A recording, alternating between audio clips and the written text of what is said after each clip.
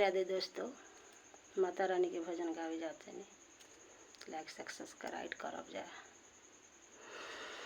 दुखवा में रहनी मैया, दुखवा जे सहनी हो। दुखवा में रहनी मैया, दुखवा जे सहनी हो। ना जननी सुखवा के हालाए मैया, ना जननी सुखवा के हालाए मैया।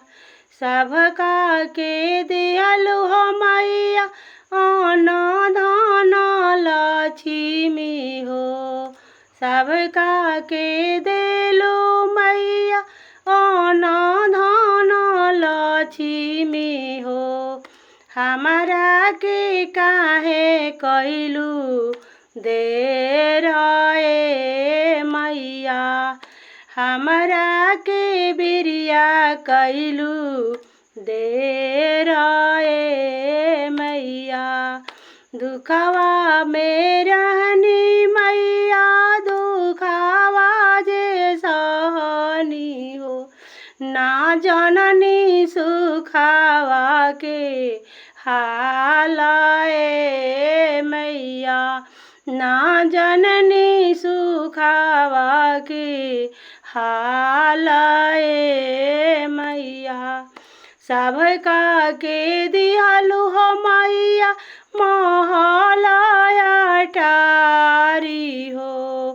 सबका के दिहलु हो मैया, महलया टारी हो। हमारा के बिरिया कैलू देर ए माई, हमारा के बिरिया कैलू देर ए माई। दुखवा में रहनी हो मैया, दुखवा जे सहनी हो। ना जननी सुखवा के हालाए मैया, ना जननी सुखवा के हालाए मैया। सबका के दिहलु हो मैया, पुतावा पतोहिया हो। सबका के दिहलु हो मैया, पुतावा पतोहिया हो।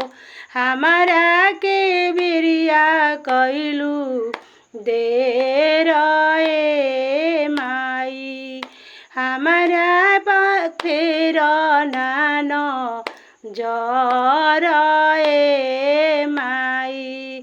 कब हरबु दुखवा मार ए माई, कब कटबु दुखवा